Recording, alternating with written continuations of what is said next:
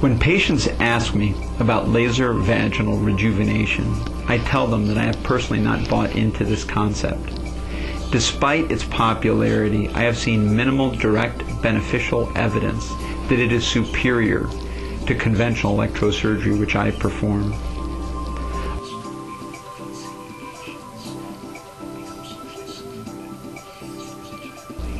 Among those procedures that I do perform, the most commonly requested procedures are labia minora reduction, labia majora augmentation or reduction, pubic lifts with or without the combined use of pubic liposuction, carried out sometimes at the time of abdominoplasty, as well as the use of clitoral hood reduction, and lastly perineoplasty.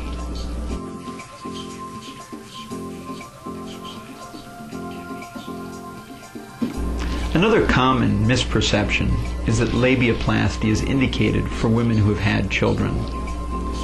When people ask me this question, I say no, not necessarily, although it is a good option for these patients.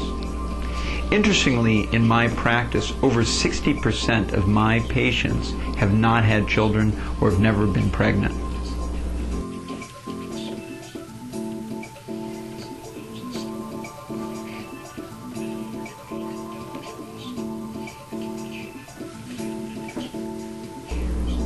After surgery, most patients will experience pain and discomfort lasting in the range of 2 to 3 days. This varies tremendously among individuals. Most typically, some patients will take off anywhere from 3 days to a week off of work.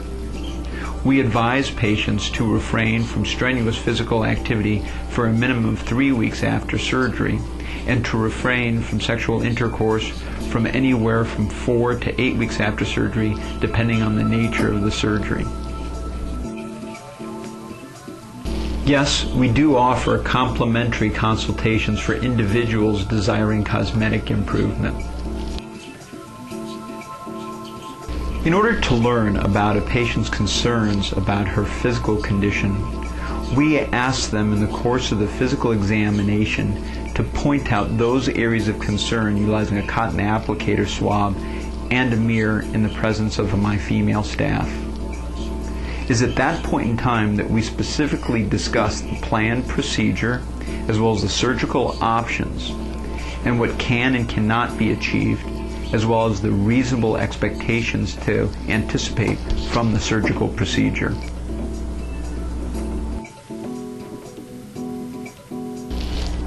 The consultation can proceed in one of many different ways. Nowadays, it's not unusual for patients to request that the forms be submitted electronically or via traditional mail. Once the medical history and questionnaire have been completed, we will review this. Once we have completed taking a medical history, we will conduct a physical examination in the presence of my female staff. It is at this point in time that the patients and you will relate to us your desired goals. We will review what can and cannot be achieved, as well as the risks, alternatives, and benefits to the surgical procedure. In many instances, surgery may not be the best option, and we may recommend that it be delayed or deferred until additional studies or examinations have been conducted. At the conclusion of the consultation, we will ask that you will sign an informed consent.